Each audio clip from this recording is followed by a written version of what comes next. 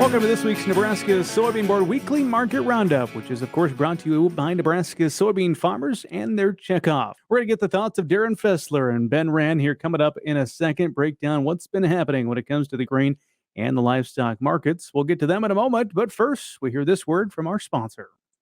It may be small, but this little bean fuels a lot of power.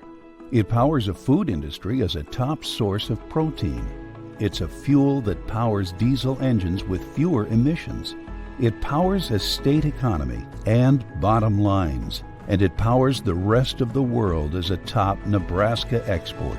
Yeah, it may be small, but we're finding more ways for this little bean to power Nebraska.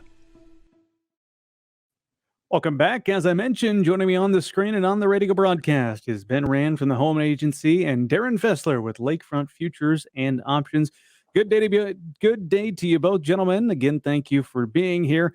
Darin, I want to start with you as we summarize what's been happening in the grain market for the week. We had Monday off with the holiday, and then things open up on Tuesday. Walk us through the high level what happened as we look at corn, soybeans, and wheat. Well, obviously everything's being driven by weather here. We've been looking at a lot of high volume levels in the charts, and it's just been tagging each level as we go higher here, both on the beans, both on the corn. Wheat has been really kind of following what's been happening in Paris. Now we've seen some decrease in those French spring wheat conditions a little bit. That's really had that Paris wheat market kind of accelerating out of a technical pattern, which is a falling wedge. That has really helped this Kansas City and Chicago market. Now we're giving a lot of it back here today, but look at the exuberance that we've seen in the corn and the bean market, all being driven by the conditions that we've seen in eastern Iowa, all the way through the eastern Corn Belt in general.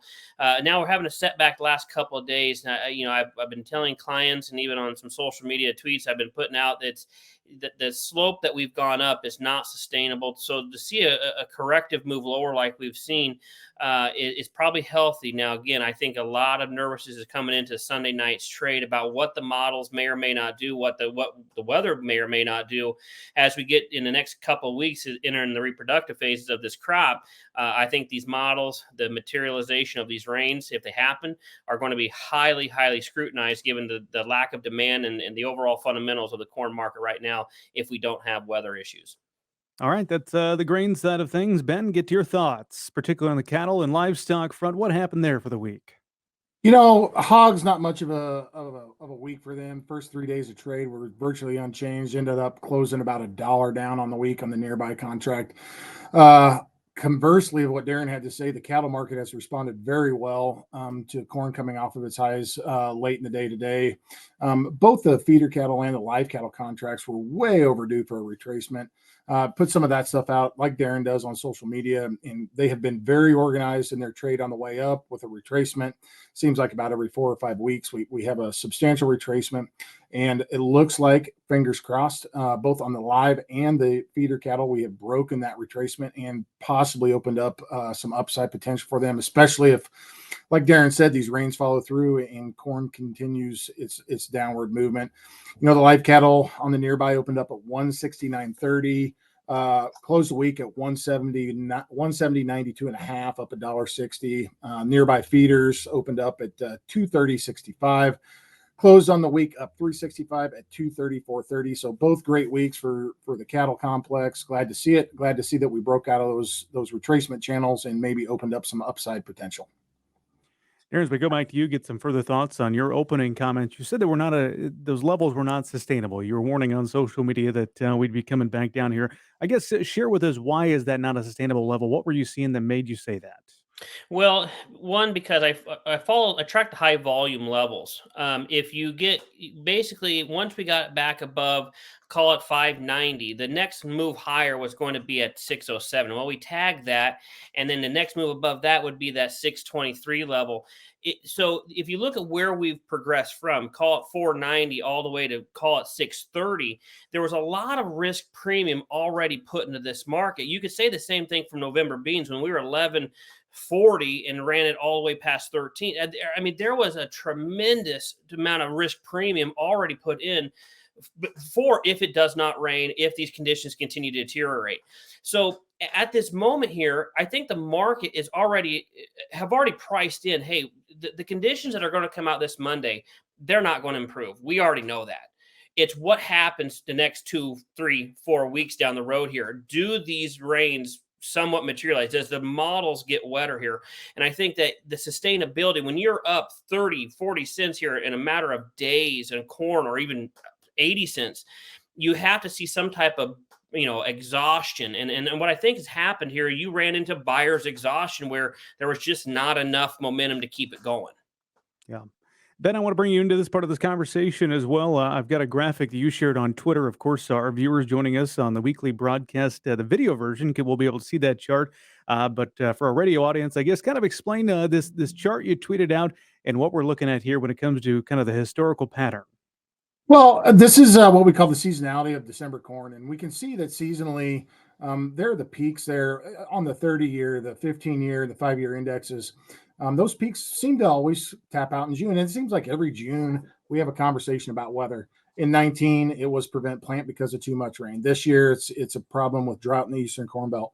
And we build this risk premium in as part of the marketing strategy. And June's an important month for us. I've been tweeting this out for, 4 or 5 months, odds and ends here and there, and just kind of where you're at on the scheme of things. And I want people to fully understand some risk here with the seasonality of this chart. If we do get the rains, if they do materialize, and if they do overperform, and there's a lot of ifs there, you really have to take a hard look at this and understand where your risk is at and how much risk premium could potentially bleed off of this market. Darin, anything you want to add on that chart as well? You're a big chart guy, I know. Yeah, I've been spot on here. I mean, the risk here is knowing the market already knows the producer is long in the field here. And I think if you're going off a probability it's not going to rain, or probability the market's going to fall, given these type of levels, given the type of fundamentals that we have and the lack of demand, I think being complacent here, it may be not the right decision here, given what we've seen in this old crop basis. Even the basis has collapsed everywhere. I was telling you, hey, there might not be a lot of demand, but there's, we might not have the demand to really carry this crop. But at the end of the day, we have quarterly stocks next week. What if we have the supply? That's another bearish factor. The only bullish thing we have going is probably the weather at this moment. A couple other graphics I brought with us today. I'll let you guys find out who wants to tackle this one. It seems like each week there's a lot of anticipation, just like on USDA reports now for the latest drought monitor. We share that here on the screen, and not a lot of positive news, I guess, when this one came out. Ben or Darin, I'll let either one of you comment on what you saw there. Go ahead. I'll start with this because Darin and I sit in opposite ends of Nebraska. And when you go back and you look at the same chart from a year ago, the conditions were completely flopped. I was in the D4. Darin was in not the drought area. And when you look at that what I call the I-80 corridor, between Grand Island and Lincoln, Nebraska, where that D4 is there on the eastern side of the state, that is so untypical for this time frame, this part of the world. And it carries with it some really pretty heavy implications. And that you can see it extends all the way through northern Illinois into northern Indiana. That is the heart of the Corn Belt. And that is what caused our run up. I'm very thankful for the conditions we have in western Nebraska right now. I've never seen a crop like this, but I understand wholeheartedly. I've been looking down the barrel of what the guys in eastern Nebraska are seeing right now. Darin and I have texted back and forth about this. Darin knows what that D4 corn looks like. It is not pretty. Yeah, and Ben hit the nail on the head there. The conditions in western Nebraska, even eastern Colorado, even speaking to some clients out there at eastern Colorado, that crop is looking beautiful.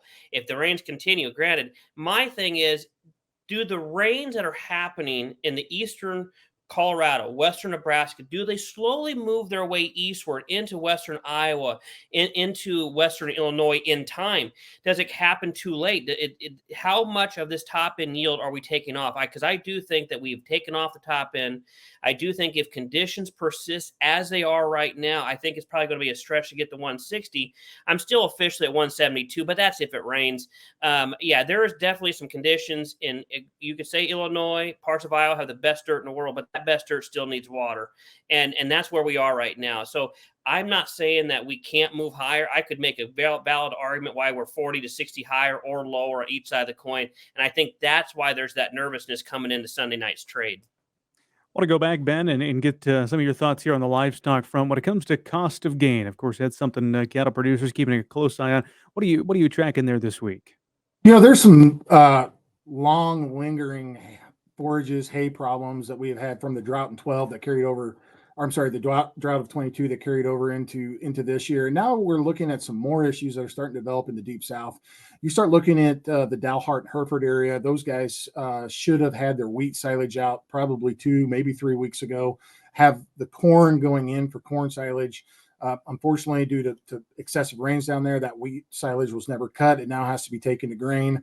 That's got more implications in the sense that now you can't put the corn in behind that for the corn silage. And then you look at if you can go back to that map. If you go back to the map and you look at some of the areas that these people rely on for hay and forages, they're burning up. I mean, central Kansas, southeast Kansas, Oklahoma, they're in better shape than what they were. But we have a forage problem. And if you don't believe me, go to the sale barn and try to buy a bale of hay because it is not friendly. Yeah, I didn't realize a bale of alfalfa could cost quite that much, but there's still buyers out there apparently. Darin, let's wrap up with you as we turn to the week ahead. We pause for the weekend here, get ready for Sunday night's open. Is it all a weather market from here? Looking what's going to happen on that front? Absolutely, it is. And I'm watching this 590 level pretty closely on the D's corner. It's a high volume level. Any type of big pushes, momentum shifts lower there. There's a big air pocket all the way down to 560. Same thing on these November beans. Anything below 1304, there's air pocket down towards 1260 here. I still think both these products are pretty fair values given our fundamental current conditions. All right, we'll keep an eye on it. That is Ben Rand with the Home Agency and Darin Fessler, Lakefront Future and Options, our guest this week on the weekly market roundup, of course, brought to you by Nebraska soybean farmers and their Checkoff. I'm Bryce Duskett here on the Rural Radio Network.